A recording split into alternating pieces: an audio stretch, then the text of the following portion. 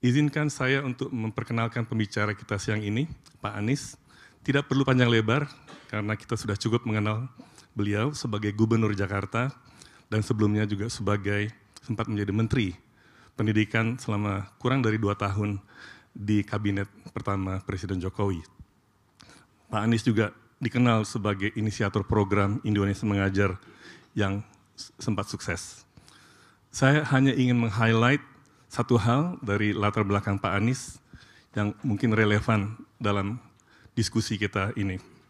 Sebelum Pak Anies masuk dunia politik, dia dikenal sebagai scholar of politics. Saya ingat kita pernah bersama-sama travel ke Qatar untuk sebuah konferensi internasional untuk berbicara mengenai political Islam di dunia. Kita berbicara mengenai Indonesia. Pak Anies adalah seorang accomplished scholar. Ya. S1 Ekonomi di UGM, S2 di Maryland University, United States, dan S3-nya di Northern Illinois University. PhD, doctorate, bukan honoris causa. Bukan humoris causa juga, Pak? Bukan humoris. Sebagai scholar, sejumlah penghargaan dan pengakuan internasional diterimanya. Di antaranya tahun 2008, Foreign Policy Magazine menobatkannya sebagai satu dari 100 intellectuals in the world. World Economic Forum tahun 2009 menyebutnya sebagai Young Global Leaders, dan 2010 Foresight Magazine di Jepang menyebutnya sebagai the 20 most prominent figures that will play a big role in the world in the next 2 decades. Kalau berdasarkan academic qualifications, seharusnya Pak Anies menang kalau ini pemilihan rektor. Tapi besoknya adalah pemilu ya. Jadi it's a totally different ball game. Strategi dan kebijakan politik luar negeri penting, tapi mungkin bukan hal yang menentukan kalah atau menang di pemilu. Kalau melihat kampanye sebelumnya, kita tidak mengharapkan banyak mendengar mengenai politik luar negeri. Voters lebih tertarik mendengar dari capres mengenai program ekonomi, kesejahteraan, dan ketentraman. Namun, kebijakan pertahanan nasional dan luar negeri penting, dan cukup banyak yang mencermati, saya yakin yang berada di ruangan ini, termasuk para dubes dari negara sahabat. Politik luar negeri juga penting karena perubahan konstelasi geopolitik akan banyak mempengaruhi keadaan di dalam negeri. Bapak, Ibu, para hadirin sekalian, mari kita bersama menyimak pidato Pak Anies mengenai pandangan dan rencana strategi kebijakan luar negeri dan pertahanan negara. Pak Anies, kami berikan waktu maksimum 30 menit, kemudian kita akan ada waktu sekitar 1 jam untuk tanya jawab dengan audiens. Bapak, Ibu, siapkan pertanyaan yang sulit. Nanti kita akan tes calon presiden kita ini. Pak Anies, kami persilakan.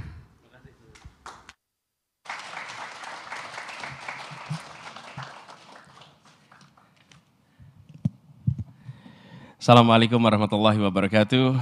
Selamat siang, salam sejahtera untuk semuanya. Yang saya hormati Pak Jose Rizal Damuri, Direktur Eksekutif CSIS, Pak Moderator, Mbak Endi, dan yang saya sangat-sangat hormati para senior-senior kita, Pak Harican Silalahi, Pak Yusuf Anandi, Pak Jisman, Bu Clara. Mau nyebut Rizal, jangan setara secara usia Rizal, tapi lebih mudah sekali Rizal di situ, Pak Bang Rizal, dan semua para duta besar yang kami muliakan, dan juga teman-teman para hadirin sekalian. Saya merasa sangat terhormat ketika mendapatkan undangan. Kami memang mengkhawatirkan soal penjadwalan. Kami bilang, tapi insya Allah kalau CSIS undang itu sebenarnya bukan undangan. Itu kewajiban hadir. Kewajiban hadir, CSIS undang. Jadi kami bersyukur sekali dan alhamdulillah bisa datang sama-sama di sini dan berbagi tentang isu yang benar seperti Pak Endi bilang tadi. Di dalam perjalanan saya selama 1 tahun ini, Pak Endi, yang mengungkapkan pertanyaan tentang isu internasional itu sedikit dan sedikit sekali. sedikit sekali. Dan saya pernah mendapatkan pertanyaan isu internasional dari tempat yang tidak pernah diduga-duga. Tetangganya Pak Yusuf ini, di Bukit Tinggi Pak Yusuf. Oke, bukan Sawalunto Pak, ini Bukit Tinggi. Beliau Sawalunto. Di Bukit Tinggi bertanyanya tentang isu global, betul-betul isu global. Soal pertahanan sudah sampai saya melongo gitu, ini luar biasa nih. Memang udah orang masyarakat Minang dari dulu sudah global pandangannya. Barangkali itu, dari keluarga Agus Salim mungkin ya. Tapi of all places, itu saya ingat yang saya ditanya itu di sana. Dan hari ini berbicara di CSIS terkait ini ya memang relevansinya tinggi, very credible institution. Dan terima kasih, kami juga merasa terhormat ada begitu banyak yang mulia para duta besar yang menyempatkan hadir. It is indeed a privilege and honor. We're very delighted that you all are, allocating your time, your busy schedule to attend this very important session organized by CSIS. Terima kasih. Boleh beri tepuk tangan para dubes-dubes ini yang khusus hadir di sini. Nah, saya akan mulai dengan bercerita mungkin Pak. Saya di kantor masih jadi ngurusin kampus 2011. Duta besar Kanada membuat appointment untuk diskusi. Kita waktu itu sering ngobrol diskusi, itu masuk di sini CSIS, Cermat Tema Internasional. Nah Pak Dubes dari Kanada ini mau datang. Nah saya kalau terima ada tamu mau datang, saya minta tolong dilihatin CV-nya. Paling tidak saya tahu sebelum beliau udah sampai apa nih CV-nya. Saya baca CV-nya, Dubes Kanada ini. Lalu tertulis di situ disertasinya adalah The Spirit of Bandung and Independence Movement Across Africa. Jadi unik juga ini. Jadi ketika dia datang saya tanya, Pak Dubes gimana ceritanya disertasi Bapak kok tentang Spirit of Bandung, Deklarasi Bandung. So dia cerita, saya baru lulus sarjana menjadi diplomat muda, ditempatkannya di Afrika. Kemana saja saya berkeliling dan bertemu, semua orang menyebut Bandung, Bandung, Bandung. Apa ini Bandung kata dia. Sebagai orang yang dari Kanada apa itu Bandung? Dan kemudian dia mencoba membaca, ternyata mereka cerita betapa inspirasi dari peristiwa Bandung itu luar biasa. Dan saya ketemu kira-kira 2011, itu 56 tahun sesudah peristiwa Bandung. Lalu di tahun 2015 peringatan 60 tahun KA. Saya dapat tugas di situ, among tamu Pak. Among tamu siapa? Kepala-kepala negara yang datang. Nah kebetulan saya dapat among tamunya itu pas ada dari Afrika Selatan, ada yang bagian meja saya nih. Jadi saya ngobrol dengan mereka, lagi-lagi mereka cerita. Kami tidak hadir, tapi cerita dari orang tua generasi sebelumnya tentang konferensi Asia Afrika itu luar biasa. Bahkan yang di sebelah saya itu dari Afrika Selatan dia cerita, Nelson Mandela semula mau berangkat. Tapi mereka waktu itu memutuskan kalau Nelson keluar dia mungkin gak pernah bisa kembali lagi. Okay. Jadi karena itu diputuskan Nelson tidak pergi. Dan benar 5 tahun kemudian Nelson ditangkap dan baru dibebaskan 29 tahun kemudian. Apa yang terjadi Pak?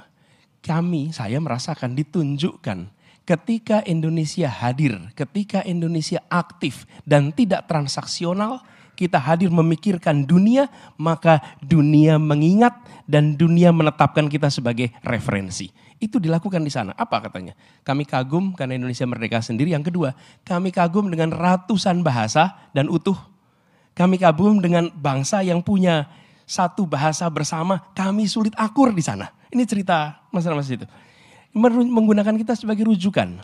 Ini satu peristiwa yang saya alami yang menunjukkan bahwa ketika kita menyadari kami warga dunia itu berdampak. Yang kedua, pengalaman pribadi. Saya sekolah di Jogja. Seperti Pak Harican tumbuh di Jogja, kuliah di Jogja. SMA, saya dapat kesempatan mengikuti pertukaran pelajar. Tentu bahasa Inggrisnya masih abrakadabra. Namanya juga anak SMA kelas 2. Berangkatlah saya pertukaran pelajar ke Amerika, dapat tempat di Milwaukee. Apa yang terjadi? Muncul kesadaran, saya warga Jogja, saya warga Indonesia, dan saya warga dunia. Oke. Lalu peristiwa yang saya alami ketika 2011 itu peristiwa di mana Indonesia dan pemimpin-pemimpin di Indonesia, Ali Sastroamidjojo, kemudian Soekarno dan generasinya menempatkan Indonesia sebagai warga dunia. Bukan sekedar sebuah entitas terlepas dari dunia, bagian dari komunitas dunia. Dan ketika perasaan itu ada, maka kita berkiprahnya 3 level. Nah, kenapa saya sampaikan di awal? Sebelum kita bicara technicalities tentang policy, menurut saya yang paling fundamental yang harus dikembalikan di dalam bangsa ini dan negara ini adalah kesadaran kolektif bahwa Indonesia, warga Indonesia adalah warga Indonesia dan warga dunia. Dan kepemimpinan selalu berbicara tentang dunia kita berpartisipasi, tidak absen, tidak menjadi penonton, dan tidak memandang dunia semata-mata sebagai tempat lain tempat kita bertransaksi. Tapi kita anggota dari sebuah masyarakat kemanusiaan yang selalu harus terlibat. Paradigma ini yang ingin kita kembalikan di dalam perjalanan ke depan Republik ini. Jadi sesudah kita bicara paradigma itu baru nanti bicara tentang apa policy-policynya. Jadi ketika tadi bicara brand of Indonesia dan lain-lain, karena kami ingin pandangan menjadi bagian dari dunia itu adalah sesuatu yang inherent. Kami merasakan juga Pak ketika kami bertugas di Jakarta. Pada saat kami bertugas di Jakarta, Jakarta ini kota terbesar di belahan selatan bumi. The largest megapolitan in the southern hemisphere is Jakarta. Tapi di begitu banyak forum kota dunia, Jakarta is very consistent in its absenteeism dalam kehadiran. Di seluruh konsisten kita. Jadi ketika kemudian 2017 kami mulai hadir, itu disambutnya seperti, akhirnya Jakarta datang lagi di klub-klub ini. Karena Jakarta betul-betul tidak menjadi bagian. Ada C40, World City Summit, berderet. Itu Jakarta gak pernah menjadi bagian dari itu. We are big and we are nowhere. Lalu saya kumpulkan teman-teman di jajaran, saya bilang ini seperti kita ini warga kampung, rumahnya nomor 4 terbesar di dunia, selalu bayar iuran kampung, tapi kalau rapat gak pernah ikut datang. Tapi tertib, rapi, tidak mengganggu stabilitas kampung. Cuman kita gak pernah ikut di dalam rapat-rapat kampung. Cuman kita gak mengganggu. Gak boleh lagi. Indonesia tidak boleh lagi menjadi penonton di samping. Indonesia sudah harus aktif dan Indonesia harus di-recognize. Bukan hanya sebagai sebuah negara besar, tapi negara yang bisa jadi referensi. Nah, perjalanan itu kemudian slide tadi sudah ditunjukkan ya. Kita ada 2 slide bahasa Indonesia bahasa Inggris, silakan Bapak Ibu pilih. Saya ingin sedikit mulai dengan gambaran perjalanan ke depan. Ini pakai ini ya, klikernya ya. Dioperasikan atau saya jalankan di sini? Oke, saya jalankan di sini. Jadi Bapak sekalian, ini adalah slide yang kami buat untuk menggambarkan perjalanan kita sebagai negara, sebagai bangsa. Dimulai tahun 28. Kita menyatakan satu bangsa, itu satu yang pertama. Satu yang kedua jadi satu negara, tahun 45. 17 tahun kemudian. Tapi waktu itu kita masih fase transisi federasi. Baru tahun 50 kita menjadi satu NKRI. Jadi kalau hari ini bilang NKRI harga mati, itu bukan 45 sebetulnya Pak. Karena NKRI-nya baru tahun 50. Soekarno dalam peringatan 17 Agustus tahun 50 mengatakan ini proklamasi yang kedua. Karena bulan April dideklarasikan satu negara integral, bulan Agustus dinyatakan itu satu yang ketiga. Satu yang keempat, ya kita tahu deklarasi Juanda yang mengatakan bahwa satu tanah dan air. Sebelumnya hanya tanah, airnya tidak. Tapi perjuangannya panjang sampai UN Close tahun 82. Jadi satu bangsa, satu negara, satu kesatuan, satu tanah air. Nah, yang kelima ini visi kita, satu kemakmuran. Satu kemakmuran. Kenapa? Karena ketimpangan hari ini luar biasa. Bapak Ibu, saya nggak bawa datanya di sini, tapi penting untuk disadari. Jawa, Sumatera, Human Development Index 20 provinsi ini dibandingkan dengan seluruh wilayah di Indonesia selisihnya 10 tahun. Jadi angka Human Development Index di Jawa dan Sumatera 10 tahun lalu itu sama dengan angka Human Development Index di seluruh Indonesia hari ini. Telatnya gapnya 10 tahun. Balkanisasi yang kita lihat dulu, kita lihatnya etnik, suku, agama, ras, bahasa. Underlyingnya adalah economic disparities. Kosovo, Slovenia, itu semua, Herzegovina, itu economic disparities yang luar biasa. Karena itu kami melihat untuk Indonesia utuh ke depan, kita harus menjaga agar Indonesia menjadi satu kemakmuran. Itu istilah yang kami gunakan. Kapan? Tahun 2045. Jadi 2045 itu, Pak Jesman kalau boleh lihat pakai term ekonomi, itu bukan kita mencapai pendapatan per kapitanya berapa atau GDP kita berapa, bukan. Tapi kita menjadi satu kesemakmuran, satu kesejahteraan. Nah, dengan pandangan itulah, maka kemudian kita melihat Indonesia menjadi bagian dari tantangan global. Kita menyaksikan tantangannya sudah lama dan kita punya beberapa. Satu yang kita sama-sama saksikan nih. Kita ada peningkatan ketegangan global. Itu kita sama-sama sadari. Bergerak dari uni polaritas menjadi multi polar. Kemudian kita sadar dinamikanya geopolitik beralih ke Asia, khususnya di kawasan Indo-Pasifik. Ini dinamika sekarang. Dan ancaman pun mengalami transisi. Jadi bukan lagi konvensional, tapi sudah multidimensi, ekonomi, politik, sosial, budaya, dan hibrida. Artinya ada cyber, online propaganda, economic coercion. Jadi tantangan yang kita hadapi itu jauh lebih luas daripada yang dulu kita lihat. Yang kedua, tantangan kedua. Jadi satu adalah bergeraknya ketegangan global, yang kedua ekonomi yang melambat. Kita menyaksikan bahwa perlambatan ini mungkin akan berjalan terus di waktu-waktu ke depan. Dan ada potensi arus modal ini berbalik, terutama karena melonjaknya suku bunga yang ada di Amerika. Dan kemudian kita menyaksikan juga potensi disrupsi global teknologi di mana rantai produksi atau global supply chain dan teknologi mengalami disrupsi yang cukup serius. Dan kita menyaksikan juga ada perubahan demografi ke arah aging society. Kemudian aspek ketiga yang juga bergeser. Kita menyaksikan tantangan global terkait dengan iklim. Kalau kita lihat di sini,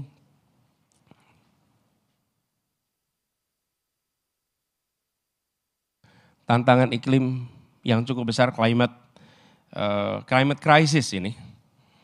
Kami mengistilahkannya bukan climate change lagi, tapi sudah menjadi climate crisis.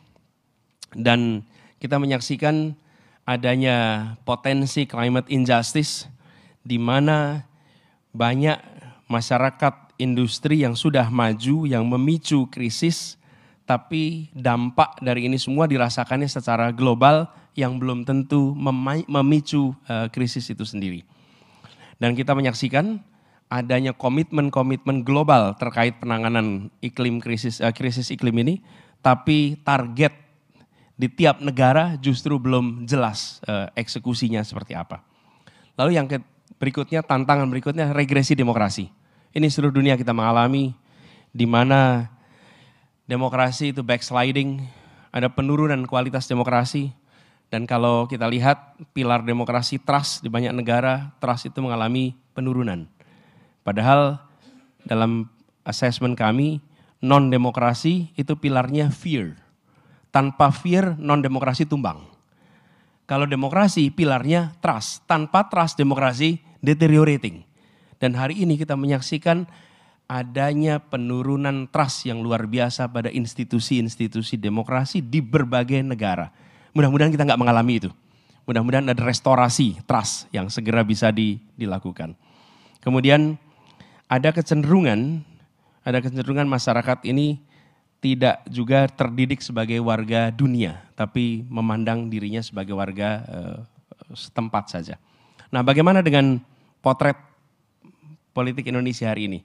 Kami mencoba melihat salah satu tantangan yang menurut kami perlu dilihat adalah bagaimana Indonesia menghadapi itu semua. Nah, berbagai pihak menilai bahwa selama ini politik luar negeri kita masih bersifat transaksional.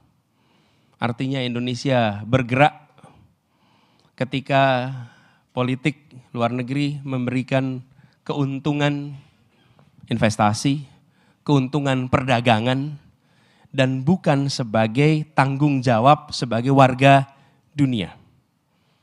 The Economist, ini saya kutip di sini, The Economist menggambarkan Jakarta Post, mohon maaf Pak Yusuf, ini dari Jakarta Post Pak Yusuf. Jadi Jakarta Post juga mengatakan hari yang ya tone-nya sama kira-kira. Bahwa kita mengejar kepentingan sempit di dalam berhubungan internasional. Bahkan ketika kita lihat peristiwa invasi ke Ukraina dan kita hadir ke sana, maka kita bicaranya pun mengamankan mata rantai suplai pangan kita. Gitu. Nah ini kan soal lebih besar daripada soal pasokan pangan. Gitu. Pertemuan pemimpin global tahunan. Global tahunan. Kita di mana? Di situ.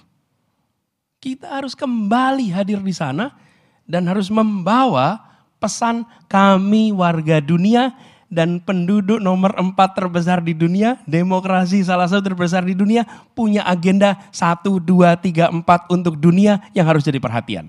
Jadi kami melihat ini sebagai masalah ini. Kalau kita transaksional seperti ini. Nah, dengan konsekuensi dengan itu, apa yang terjadi kemudian sebagai konsekuensi? Kita menyaksikan konsekuensinya, indeks kekuatan di Asia kita mengalami stagnansi atau menurun. Asia Power Index Score Indonesia dari tahun 2018 ke 2023 itu 19,8 menjadi 19,4. Padahal untuk negeri sebesar ini, sumber daya sebesar ini, rasanya skor Indonesia harusnya lebih baik. Bahkan kita ini lebih rendah daripada Singapura, skor kita. Singapura itu 25, kita 19. Kemudian Global Soft Power Index, Indonesia duduk di posisi 41. Kemudian berubah menjadi 45 di tahun 2023. Padahal kita ini negara dengan ekonomi terbesar nomor 16 di dunia. Jadi kita ini harusnya sudah berada di klubnya yang besar-besar. Tidak berada di klub yang kecil. Nah, itu potret globalnya. Tapi karena tidak ada partisipasi di global, maka tuntutan dalam negeri untuk deliver juga menjadi menurun. Kewibawaan kita di dunia internasional itu harus ditopang dengan credibility atas kebijakan domestik. Kan tidak bisa kebijakan internasional tanpa ditopang oleh kondisi domestik yang baik. Kita bicara tentang kemanusiaan, tapi di sini abuse of human right. Enggak bisa. Kita bicara tentang kesetaraan kesempatan, tapi di sini non-demokrasi. Ya enggak bisa. Domestiknya, konsekuensinya kita menurun juga. Apa yang terjadi? Indeks demokrasi kita turun. Indeks persepsi korupsi kita turun. Indeks kebebasan kita turun. Jadi secara skala ekonomi kita besar, kita berada di klub negara-negara besar, bagian dari G20, tapi agenda-agenda dasar negara maju dan besar itu tidak menjadi bagian dari kita. Karena kita nggak ngobrol di situ, bukan bagian of the club. Nah ini yang menurut kami harus dikoreksi ke depan. Nah itu bagaimana mengkoreksinya? Nah kalau koreksinya nanti tanya pakar-pakarnya. Kami tidak ingin menganggap bahwa kalau pegang kewenangan berarti tahu semua urusan. Tapi kami gambarkan beberapa hal yang mungkin perlu jadi pikiran. Nanti ketika menyusun, we will be very kolaboratif. Kami tidak ingin pendekatan formulasi kebijakan menjauhi proses teknokrasi. Teknokratik proses harus lead sequence dari pengambilan kebijakan. Nah, jadi kami membayangkan ke depan ada pergeseran paradigma dari yang lebih transaksional, lebih melihat ini sebagai hubungan yang bisa serba dihitung. Tapi ini sesuatu yang value based, smart power istilah yang kami gunakan. Dan di sini kita mencoba untuk menggeser dari yang kebijakan transaksional menjadi kebijakan berbasis nilai. Kemudian strateginya adalah dari diplomasi yang lebih pragmatis menjadi diplomasi yang lebih cerdas. Dan kalau bicara terkait dengan ini, tadi saya sudah sampaikan, kemanapun Indonesia menyusun kebijakan, terlibat, maka kita menunjukkan nilai-nilai yang menjadi kompas kebijakan kita. Kalau kita punya nilai, itu pegangan. Seorang yang tidak memegang nilai, dia tidak punya kompas.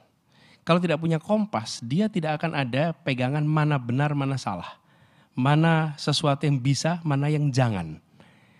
Tetapi ada judgment di situ. Dan judgment ini, itulah butuhnya kenapa ada kematangan. Kenapa ada leadership. Karena ada judgment.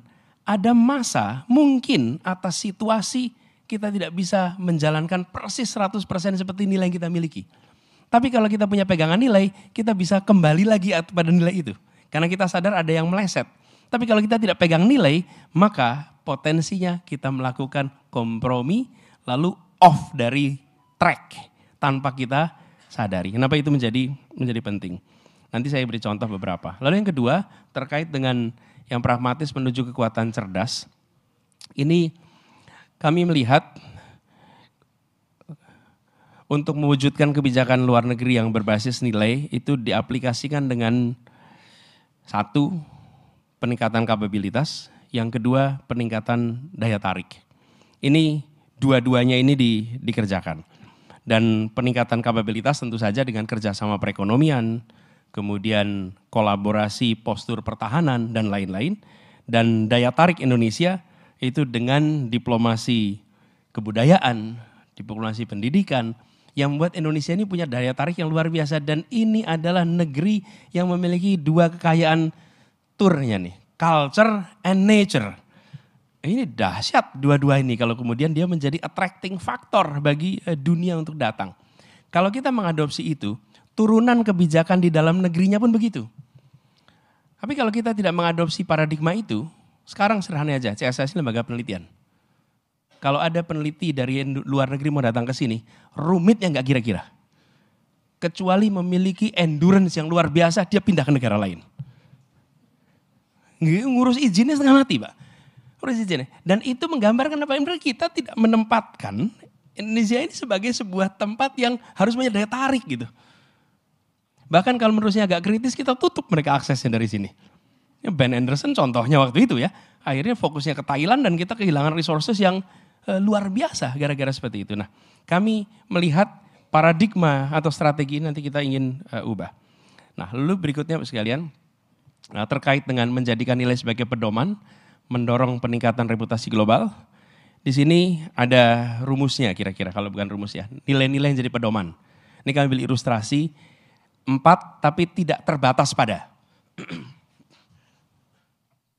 Ini 4 yang kami akan jadi perhatian tapi not only this 4. Tapi ini contoh ilustrasinya. Prinsip bahwa primacy of human life itu nilai yang kita pegang sama-sama. Dan ketika kita bicara tentang kepentingan-kepentingan yang berbentrokan antara kepentingan melindungi ya, industri dan melindungi human life, ini kita harus ambil nih pilihannya nih. Tapi kalau kita nggak punya pegangan nilai, nanti kita bicara untung rugi aja, karena nggak pakai nilai. Lalu kita bicara tentang territorial integrity, kesakralan teritorial misalnya.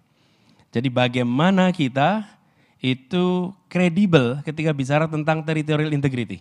Dan Indonesia termasuk yang punya posisi dihormati ketika bicara territorial integrity. Thailand saja ketika berhadapan dengan urusan Patani, menengok ke Indonesia, mau Indonesia menjadi pihak, kenapa? Karena dua-duanya berpandangan Indonesia tidak mungkin kompromi terhadap soal national integrity. Dia dipercaya, tidak mungkin Indonesia itu kolaboratif terhadap rebel. Karena begitu kita kolaboratif rebel, nanti bisa yang lain memberikan ruang yang sama.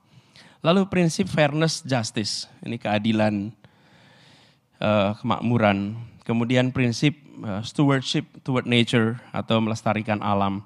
Jadi nilai-nilai ini yang kemudian diwujudkan dalam bentuk kebijakan, sikap, komitmen, proaktif. Kita proaktif. Kita teguh, kokoh, dan bisa diandalkan. Proaktif ini apa? Bapak-Ibu sekalian, di dunia ini banyak sekali humanitarian krisis. Where is Indonesia in that equation? Kami jangan saja datang karena dipanggil UN dimintai tolong kirim pasukan. Ketika ada krisis humanitarian kita datang dengan mengirimkan support.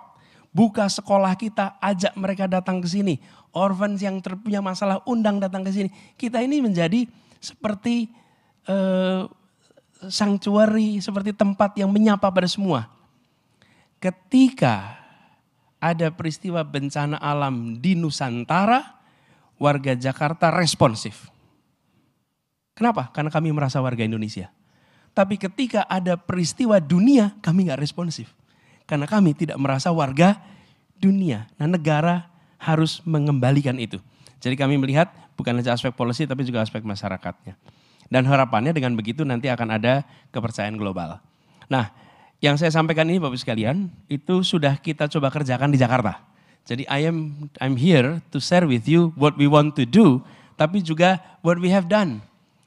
Ketika di Jakarta kami aktif di forum internasional, sampai akhirnya C40, Association of Top 40 in the 40 kota terbesar di dunia, menempatkan wali kota London sebagai chairman, Gubernur Tokyo sebagai wakil chairman, dan Gubernur DKI Jakarta sebagai wakil chairman of leadership in the C40. Dan itu tanpa disadari Pak, kejadian itu sebelum pandemi. Dan ketika pandemi, it's the city network yang berbagi pengalaman pengendalian menghadapi pandemi. Dan itu pengalaman kami Pak, dengan ada jejaring yang luar biasa. Wali kota sedunia itu kumpul tiap pada masa awal krisis seminggu sekali. Sesudah mulai mundur 2 minggu sekali, Zoom berbagi pengalaman. Mendengarkan wali kota Milan bercerita sambil menangis apa yang dia hadapi. Tentang wali kota Teheran, wali kota Seoul. Lalu setelah itu Zoom selesai, saya kembali ke audiens Indonesia dan semuanya bilang, don't worry, everything will be okay. Ini kayak berhadapan dengan dua sfer yang berbeda. Tapi apa yang ingin saya sampaikan, begitu Jakarta ikut di dalam gelanggang dunia, jajaran DKI terlibat, warga DKI terlibat, ini ada ilustrasi kegiatannya, di mana yang disebut sebagai MOU antara Jakarta dengan banyak kota-kota lain is no longer sleeping MOU. Tapi menjadi active MOU. Bukan MOU yang ditandatangani diam, tapi menjadi engagement. Dan itu mengubah, di sini ada Singapura mungkin. Kami Bapak Ibu sekalian kalau lihat trotoar di sini, lihat pengolahan air di sini, dari mana belajarnya? Tim kita dikirim semuanya ke Singapura. Dan Singapura menyambut, Singapura ngajarin. Dari tim Singapura datang ke sini ngajarin, Hong Kong yang sama. Apa yang terjadi? Dari kerjasama seperti itu, mendadak mindset orang-orang yang berada di dalam jalur berkasi juga mengalami transformasi. Jadi kami melihat Pak, kalau mindset ini diubah, maka yang terjadi itu bukan hanya policy yang bergeser, tapi juga attitude dari yang berada di birokrasi itu mengalami transformasi. Nah ini dari situ semua, kemudian kami melihat ke depan, apa yang ingin kita kerjakan, kita ingin mendaya gunakan seluruh potensi dalam negeri, dan kita ingin meningkatkan daya tawar kita di dunia internasional. Itu arah yang kita ingin lakukan. Dan ada beberapa item, saya akan lewat saja mungkin ya Mas Endi karena constraint waktu. Jadi pertama tentang hard power yang sebelah kiri, yang sebelah kanan adalah soft power. Hard power kita bicara tentang pertahanan adaptif. Adaptif dalam artian pertahanan yang mengikuti postur tantangan. Mengikuti kondisi-kondisi tantangan yang ada di depan kita. Kemudian kita juga berbicara tentang kemajuan ekonomi berkeadilan, lingkungan ini dua-duanya. Lalu kita ingin brand of Indonesia itu betul-betul muncul. Kenapa kami tonjolkan brand of Indonesia bukan made in Indonesia? Nike juga made in Indonesia Pak. Banyak sekali produk-produk itu made in Indonesia, tapi they are not brand of Indonesia. Nah kami ingin justru brand Indonesia muncul. Nah, apa pelajaran penting ketika bicara tentang Indonesia berada di luar? Kita belajar di Korea. Negara melakukan investasi besar-besaran di bidang yang sekarang disebut sebagai soft power, dari mulai musik, film, tari, seluruh yang terkait dengan seni, termasuk film, itu investasi oleh negara besar-besaran, sehingga private sector kemudian pick up. Baru 2 dekade kemudian dunia menyaksikan hasilnya. Kalau kita membiarkan itu hanya private sector saja yang mengerjakan, nggak bisa jalan. karena membutuhkan investasi yang sangat besar sekali. Kami pernah mencoba Pak ketika bertugas di Kementerian Pendidikan Kebudayaan. Saya waktu itu cek kenapa film-film itu, film-film dunia, kalau syuting tropis pakainya Thailand, kenapa tidak pakai Indonesia? Satu, kita tidak punya studio alam yang besar. Dua, kita tidak punya alat-alat untuk melakukan mixing, alat-alat untuk melakukan editing film-film yang kelas dunia. Dan investasi di situ mahal sekali. Tidak ada swasta yang mau mengerjakan. Itu harus dikerjakan oleh negara. Tapi begitu negara dikerjakan, apa yang terjadi? Pelaku-pelaku perfilman dunia berdatangan, muncul pelaku film lokal, terjadi transfer of experience, transfer of knowledge, dalam waktu beberapa tahun picking up. Dan begitu mulai picking up, mereka akan menghasilkan karya-karya yang tidak kalah dari dunia. Dan ini yang harus kita lakukan. Jadi ketika kita berbicara tentang kekuatan brand Indonesia dan diplomasi proaktif, maka kita harus melakukan investasi yang agak serius di sini. Bapak Ibu sekalian, kami juga memandang penting untuk secara serius menata hard power yang kita miliki. Jadi satu, pertahanan adaptif terhadap perubahan dan ancaman.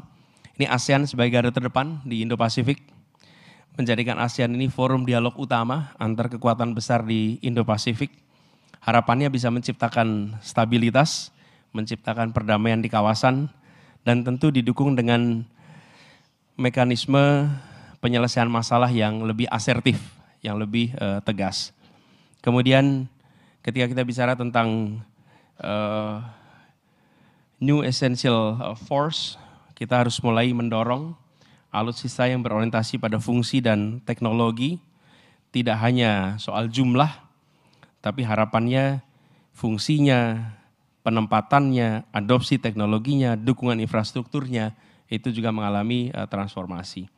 Kemudian bicara tentang kemajuan ekonomi berkeadilan, kita mendorong tentang reindustrialisasi. Ini yang ingin kita dorong sekalian.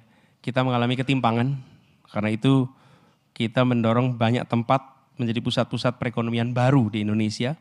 Dan kalau itu kita bisa kerjakan, maka bukan hanya Jakarta dan Jawa bagian utara, tapi titik-titik utama kota kecil menjadi menengah, menengah bisa menjadi besar di berbagai wilayah di seluruh Indonesia.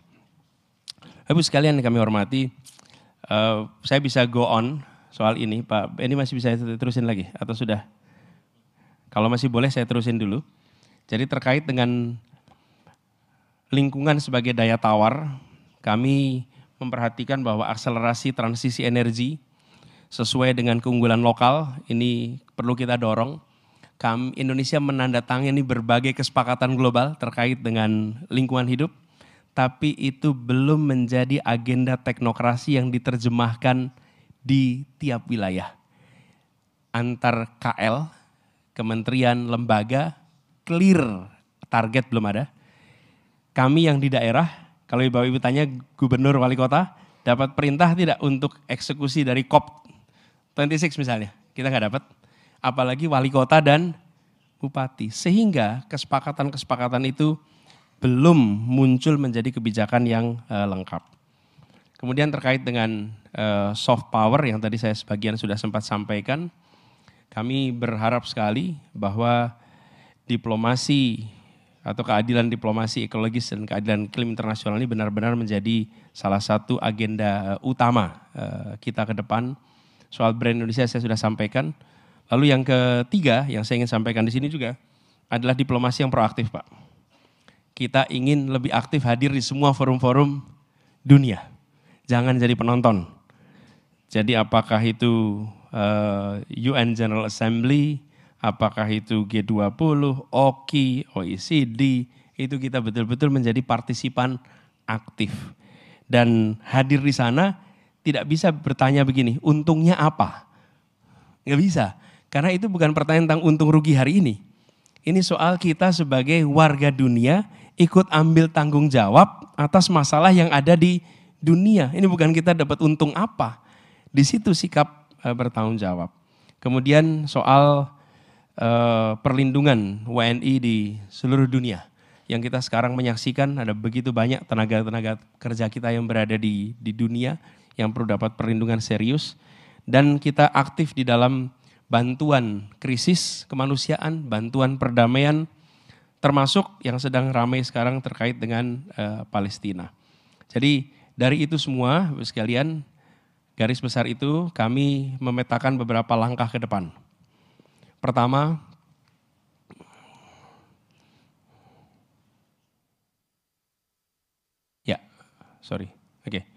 Pertama adalah terkait dengan memperjuangkan kepentingan nasional kita. Nah, di sini tentu kita bicara tentang pertahanan kita yang kuat, menjaga kedaulatan negara. Yang kedua, kita proaktif dalam susun agenda dunia. Ini we have to do it. Ini masing-masing item ini, yang atas hijau itu prioritas segera, yang biru itu prioritas yang jangka menengah dan panjang. Yang segera pertahanan kuat dan kedaulatan tegak. Kemudian yang kedua, proaktif susun kebijakan dunia. Ini korps diplomatik kita makin strategis.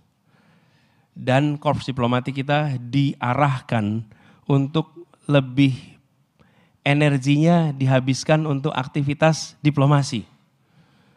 Dan banyak dari korps diplomatik kita ini punya urusan-urusan yang entertainment. Betul ya Pak Dubes?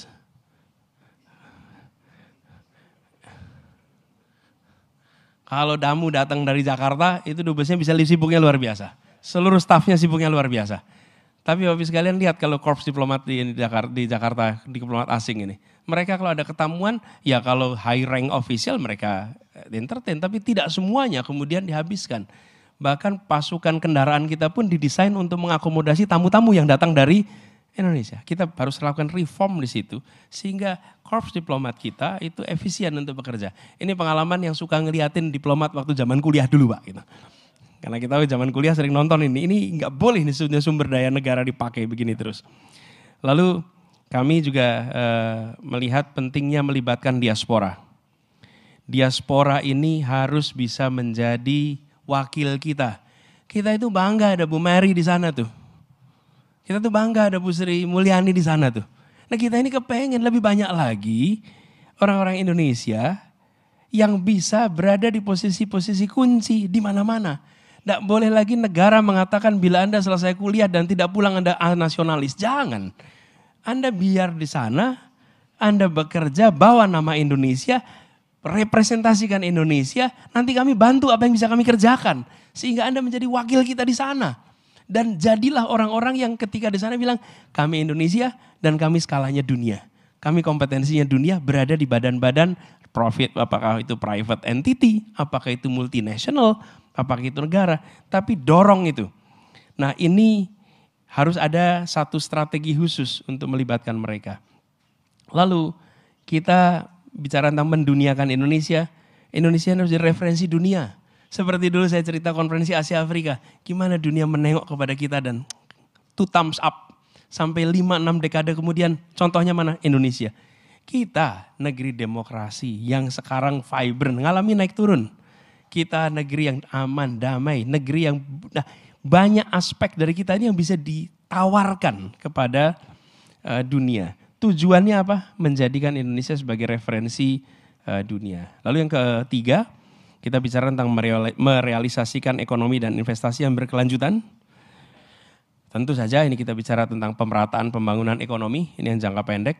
Reindustrialisasi yang jangkanya menengah.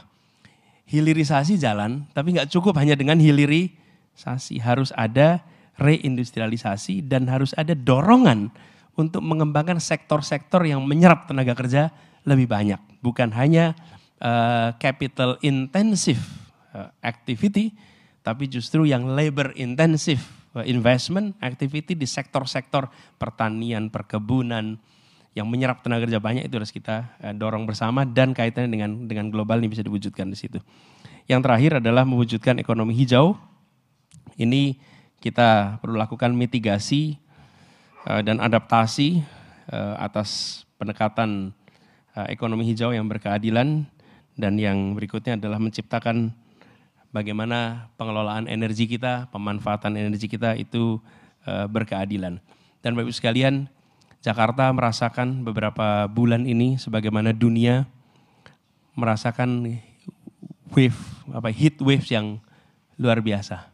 Dan kalau itu terjadi, heat wave seperti itu, the most vulnerable of all adalah the poor and the poorest.